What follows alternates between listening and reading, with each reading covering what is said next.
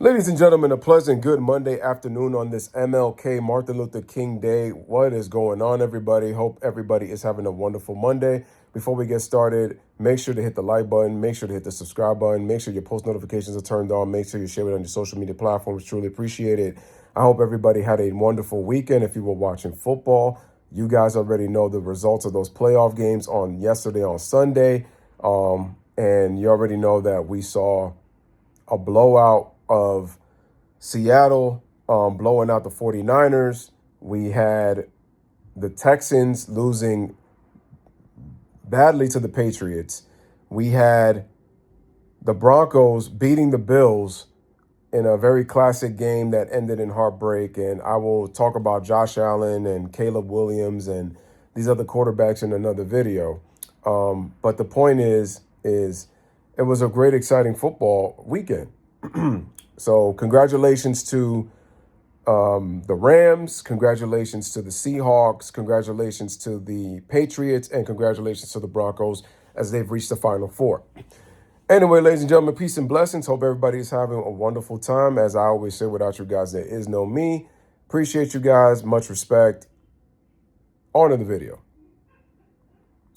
So I wanted to talk about one of the most underrated top 10 players of all time, and he's definitely in my top 10, and that would be the legendary Tim Duncan, Hall of Famer of the San Antonio Spurs. Played his entire 19-year career with the Spurs, retired in 2016. Tim Duncan had an unbelievable 19-year career with San Antonio. He won 5 NBA championships. Let's take a look at the resume for Tim Duncan. Hall of Famer, 15-time All-Star, 15-time All-NBA, 5-time NBA champion, 15-time All-Defensive teams. I think he made 8 first team, 7 second. Rookie of the Year in 97-98. He was the number 1 pick in the 97 draft. He made first team All-Rookie in 97-98. He is a All-Star Game MVP. That's the one he won with Shaq. He is on the NBA 75th All-Anniversary team. 3-time Finals MVP and 2-time regular season MVP, winning them back-to-back in 2002 and 2003. Tim Duncan had in his first 8 seasons, he averaged 20 points and 10 rebounds per game. He went 13 straight seasons averaging a double-double. And he had 13 straight seasons in which he averaged 10 rebounds or more. So, again, very impressive. And his first 9 seasons, he averaged 2 blocks per game or more. So very impressive. Excuse me. And then when it comes to his field goal percentage, 1, 2, 3, 4, 5, 6, 7, 8, 9, 10 of his 19 seasons, he shot 50% or better from the field, which shows you his consistency. A very polished big man from the minute he stepped foot into the NBA. They called him the big fundamental for a reason, was just because Tim Duncan may have not been flashy, but he was somebody that kept it simple with his fundamentals, really excellent skill, and he was just very effective. Now, the reason I want to talk about Tim Duncan, and yes, he is definitely underrated. I have him in my top 10 all time. I have Tim Duncan as I have him 7th all time on my list. Why don't I have Tim Duncan higher? Again, there could be a bias for people who have Tim Duncan in their top 5, and again, that's fine if they want to do that. But the reason that Tim Duncan, I think the reason that he's not in people's top 5 is because I felt that, Tim's really sacrificed his game. I feel like defensively, he was always consistent. And the Spurs may have not always been the best defense. They were definitely a top 10 defense for quite a long time with Tim Duncan, top 5 to top 10, and at times the best defense in the NBA. I know that also sometimes that's always usually the sum of its parts, especially when you have like help defenders on the team. But Tim Duncan's defense constantly stayed constant. So it's amazing that he never won a Defensive Player of the Year, because I always felt that Tim Duncan showed Defensive Player of the Year abilities. But the reason that I feel that Tim is not probably talked about a lot more is for several reasons. Number one, he played in a small market, And I think that if Tim Duncan had a much more, if his personality was that much more of a somebody who you can't miss, he probably would have been talked about a lot more. But Tim Duncan is a very stoic, very quiet type of a leader and type of person. Like his teammates know him better than anybody, and so did his head coach Greg Popovich. So they could tell you more about Tim. And I feel like Tim is somebody who he looks to me, he's like an introvert. So he's somebody that in some ways he's to himself, but that's not to say that he's not a good person. I mean, I'm Tim Duncan. I'm pretty sure a lot of people have said great things about Tim Duncan. So I think one, it had to do with the personality. I think it had to do with the fact that he played in a small market. I also think it's the fact that, and to me, this is the biggest reason, it was his inability to win a back-to-back NBA championship. Now, you look at it and say, man, but Tim Duncan is 5-1 in the NBA Finals in 6 finals trips, so he's got a nearly 84 win percentage in terms of winning. So that's impressive, and it's impressive. But I think what hurts Tim was the fact that he never went back-to-back in his career, and I feel like it was the one thing that to me prevented the Spurs from being more talked about because the media paints them as a dynasty, but quite honestly, their dynasty was in the middle of the 2000s, from 2000 to 2009. And in that time period, the Lakers won 4 championships. The Spurs were winning every other year in the odd years. So 2003, 2005, and 2007. Tim Duncan won 2 Finals MVPs in the 2000s and 2 regular season MVPs in the 2000s as well. Again, that to me already puts you in the top 10 because you won multiple regular season MVPs and multiple Finals MVPs already. And his 2003 run to the finals and his final series is one of the best in NBA history. It's top 10 worthy. Anyway, my thing is, if you look at the 99 title, people criticize it because it had an asterisk because it was a shortened season, despite the Spurs going 15-2 in that postseason. And they were tied with Utah with the best record in the NBA during that season. And that was the year that Michael Jordan ended up retiring. And the Bulls had to dismantle their team after their 6th NBA title the previous year. Tim Duncan wins Finals MVP in just his 2nd year. Again, very impressive. But people criticize it because it was not a full season. And the very next year, Tim Duncan ended up tearing his ACL during the season. And the Spurs were unable to defend their championship when they lost in the first round in 4 games to the Phoenix Suns. And some people say that Tim Duncan wasn't there. And so the Lakers ended up winning the championship. I think there were Spurs players the very next year who were calling the Lakers championship fraudulent because the Spurs were not there. And the Spurs didn't really get a chance to really defend their title. They had the best record in the league the very next year in 2001, but unfortunately they got swept at the hands of the Lakers. And if you compare Kobe from 99 to 2001, there was a drastic difference. But at the same time, the Spurs were a bit of an older team, and that's something that people don't really talk about. It was a real veteran team. Avery Johnson was older. You had Terry Porter. You had Sean Elliott. You had a young Antonio Daniels, but they weren't going to stop Kobe. And one of the things that people always say about that 2001 series is Kobe fans rave about the points, the numbers that he put against San Antonio. But at the same time, they're going to say, well, he never went up against really good to elite guards. Like the guards were just old. So they hold that against Kobe, right? Even though the Spurs were the number 1 defense, even though the Spurs had the best record, and the Spurs were the number 1 3-point shooting team in the NBA that year. But again, the guards were not young and they weren't quick enough. They were older. So Kobe kind of had his way with them, and they're gonna say, Shaq was doubled, so Kobe got all that space to pretty much roam around. So, but still don't give Kobe the credit for putting up those kind of numbers as the number 2 option behind Shaq. But I'm getting a bit off topic here. Now, so like I said, going back, if you look at the 99 championship, they lost in 2000 in the first round. Tim Duncan was not healthy. In 2001, they got swept pretty badly in 4 games. That was crazy. And then in 2002, I felt the Spurs had the Lakers number. The only issue is that they would play well for 3 quarters, and then the 4th quarter, they would just unravel. And the problem is they did not have perimeter players. Like perimeter play to be able to take over the game in the fourth quarter. They didn't really have that kind of player. And if you look at Tim Duncan, you have to feed him the ball in the post. But who's that perimeter threat for San Antonio? They didn't have that.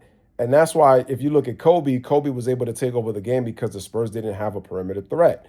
Derek Anderson was supposed to sort of be that, but he got injured in 2001 at the hands of the Mavericks, and he really wasn't the same player when he came back from injury. He came back a bit too soon, and honestly, he really wasn't able to perform as well. I think he would have did some good things to kind of offset Kobe a bit, but I still think Kobe would have had a really good series regardless. But I think Derek Anderson would have gave him Kobe some problems because of his ability to score. But the Spurs, they just had problems scoring in the fourth quarter, and in key moments, they floundered. So that's what hurt San Antonio more than anything. It was always down the stretch. Like throughout the game, they played very well. And you can make a case that the Lakers probably should have lost the game. But it's like I said, the fourth quarter players were hurt San Antonio in 2002, and they lost in 5 games. Now, the very next year in 2003, the Lakers only win 50 games. The Spurs have the best record in the NBA that year, 60 wins, and they end up winning the championship. Duncan wins his second finals MVP. So if you're looking from 99 to 03, it was a 4-year gap from when Tim Duncan had won his first to his second NBA championship. So there's that. But what happened the very next year in 2004? In 2004, the Spurs up 2-0 on the Lakers. And by this point, they have Tony Parker and Manu Ginobili, who now you have quick guards. Tony Parker, one of the best at getting into the paint. He's very quick. And then Ginobili, very crafty. And they're younger. So now the Spurs can compete. But the problem is they lose in the second round after being up 2-0 to a veteran Lakers team. And they lose the last 4 games of the series. So they lose in 6. So the Spurs don't get to defend their title. Then in 2005, the Spurs win the championship again, and Tim Duncan wins his 3rd finals MVP. That would be the last finals MVP that he would get. And it's his 3rd championship in like the last 6 years. Okay, so like you got your 2nd championship in 3 years from 03 to 05. So, okay, I'm like, now the question is, can the Spurs win the championship next year? The Spurs win what? They win 63 games. Best record in the West and second best record in the NBA to Detroit, who were their opponents in the finals. But here's the problem. The San Antonio Spurs then lose in the second round with the best record in the West. They lose Game 7 at home with home court advantage to the Dallas Mavericks. And that's a big stain on Tim Duncan because you had the best record in the West and you lose in 7 games to Dallas. Dallas was a 60-win team, but you were the favorites and you should have won that series, and you didn't. You choked Game 7 at home when the Mavericks were honestly really choking that series because they led the series 3-1. We know the Jason Terry suspension in Game 6 after the situation that happened in Game 5. I know that, but still, Dallas nearly blew that lead when the Dallas was beating San Antonio by double digits in that Game 7. The Spurs come back. Ginobili hits that 3, and the Mavs are down 3. Then, foolishly, Nowitzki gets fouled by Manu Ginobili on a drive that puts a 3-point play. And then Dallas, with the basketball gods on that 3-point play, they go to overtime. Then they take over, and then San Antonio just implodes in OT. And that's a big stain on Duncan, too, because you had the best record in the West and you lost in 7 games. You lost at home. So then in 2007, the Spurs, again, they go, they win the championship and they sweep the Cleveland Cavaliers 4-0. And this time, Tony Parker gets finals MVP. And Tim Duncan is held to 44% shooting from the bigs of Cleveland. So, okay, they win their 3rd championship in 5 years, 03, 05, 07. You're seeing the pattern. And then you have, obviously, 99. So all of the championships have been won in odd years. Again, that's why I said the Spurs are an anomaly. That dynasty stuff, to me, was to elevate LeBron James. I don't care what anybody says. They said that to elevate LeBron. But if you understand the context, you would understand why it makes no sense to be calling the Spurs a dynasty just because it's LeBron James. That's why there's too many media member emotional fanboys and fangirls. Just stupid nonsense. But then what happened in 2008? They lose to the Lakers in the Western Conference Finals. I'm like, okay, they get back to the Western Conference Finals. I said 2008 might be their chance if they get past the Lakers and then they beat Boston. Now the Spurs get more talked about as one of the greatest teams in NBA history, because then you look at the 2005 championship, you look at '07 and '08. Now you have 3 championships in 4 years. Now it looks a bit different. But they lost in the Western Conference Finals at the hands of the Los Angeles Lakers. They lost 4-1. So now their 2007 championship, it gets nixed. Now you look at 2009. They lose in the first round to the Dallas Mavericks in 5 games. Then in 2010, they lose in the second round and get swept by the Phoenix Suns. Then in 2011, they win 61 games. They were the number 1 seed. And then they get upset at the hands of the 46-36 Memphis Grizzlies, ladies and gentlemen. Then the next year, in another strike-sorting season, the Spurs are tied with the Bulls with the best record in the NBA. And they lose to the Oklahoma City Thunder in the Western Conference Finals after being up 2-0. And that is with rookie Kawhi Leonard. And now look at the timeline, ladies and gentlemen. They've gone now for 5 seasons since their last championship. Then in 2013, they go to the NBA Finals. They have a 3-2 lead on the Miami Heat. They're up 5 with 28 seconds to go. The Spurs miss a few free throws. And then we already know the historic Ray Allen shot when the Spurs were up 3. Tim Duncan gets taken out of the game by Greg Popovich, right? And then Ray Allen makes the shot, and it changes the course of history for the Spurs. The Spurs, even though they played well, they didn't recover after that loss. So they lose in 7 to the Miami Heat. The very next year, though, the Spurs, number 1 seed, 62 wins. They get pushed to 7 games at the hands of the Dallas Mavericks, and then they get pushed to 6 against the Oklahoma City Thunder in the Western Conference Finals that year. But then they blitzkrieg the Miami Heat the very next year in 5 games. But then what happened the very next season, ladies and gentlemen? So in defense of their title, the historic ball movement, unbelievable San Antonio Spurs team, Tim Duncan past his prime, but still playing well enough. Manu Ginobili past his prime. Tony Parker still somewhat in his prime. They win the championship, right? And they beat the Miami Heat by a record finals margin. But now what happens the very next year? They lose in the first round in 7 games at the hands of the Los Angeles Clippers, and Chris Paul hits a game-winning banker off the right side, mind you, with a bad hamstring. And then the Spurs are not able to defend their title. They lose in the first round in 7.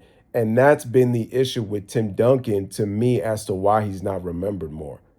Tim Duncan is, like I said, historically all-time great. He's in my top 10. But to me, those are the reasons why Tim doesn't get really much more talked about enough. Like I said, it's his personality, the fact that he played in a small market. He had really good 20 and 10 seasons, but like his most dominant season was his MVP year in 2002, 25 and 12. He didn't have enough dominant seasons. Like I said, he had really good seasons. Like, again, 20 and 10, he was consistent. He would consistency. And yes, also Tim did sacrifice his game to allow the other players to blend in. So again, I commend Tim Duncan for that. But I just think the lack of dominant seasons is why he doesn't get talked about enough. And like I said, when it comes to his winning, yes, he's 5-1 in the NBA Finals. But I think his inability to win a back-to-back, and you look at a lot of the playoff losses he had, I think is what's held against him. And that's why Tim Duncan doesn't really get the recognition that he deserves. So like I said, top 10 all-time great in my book, but I think it was his inability to win a back-to-back, his inability to be he was defensively dominant, But like I said, I just felt like offensively he took steps back. But like I said, he did it for the good of the team. So that's great leadership. But I think if Tim Duncan had probably like a few more dominant seasons, like a 23 and 13, like he did in 2003, or a 25 and 12 in 2002, if he had like about maybe 6 years of those, 5 or 6 years of those, I feel like he would have been talked about a lot more. But unfortunately, that wasn't the case. But that doesn't take away from Tim Duncan's greatness. Again, all-time great player. And like I said, my favorite.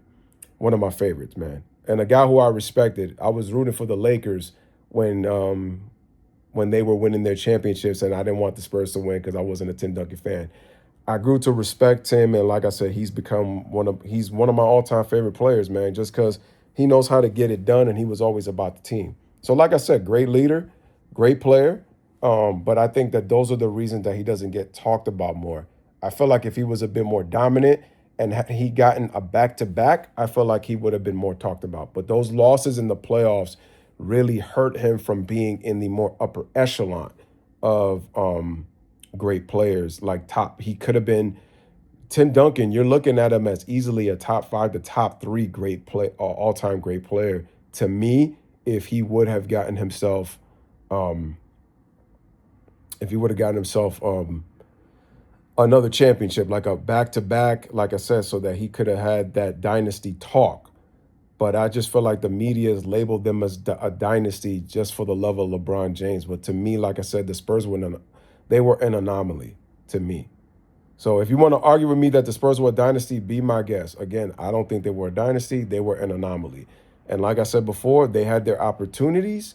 And in the 3 years that they won the championship from '03 to '07, the East team won them in those years in '04, '06, and '08.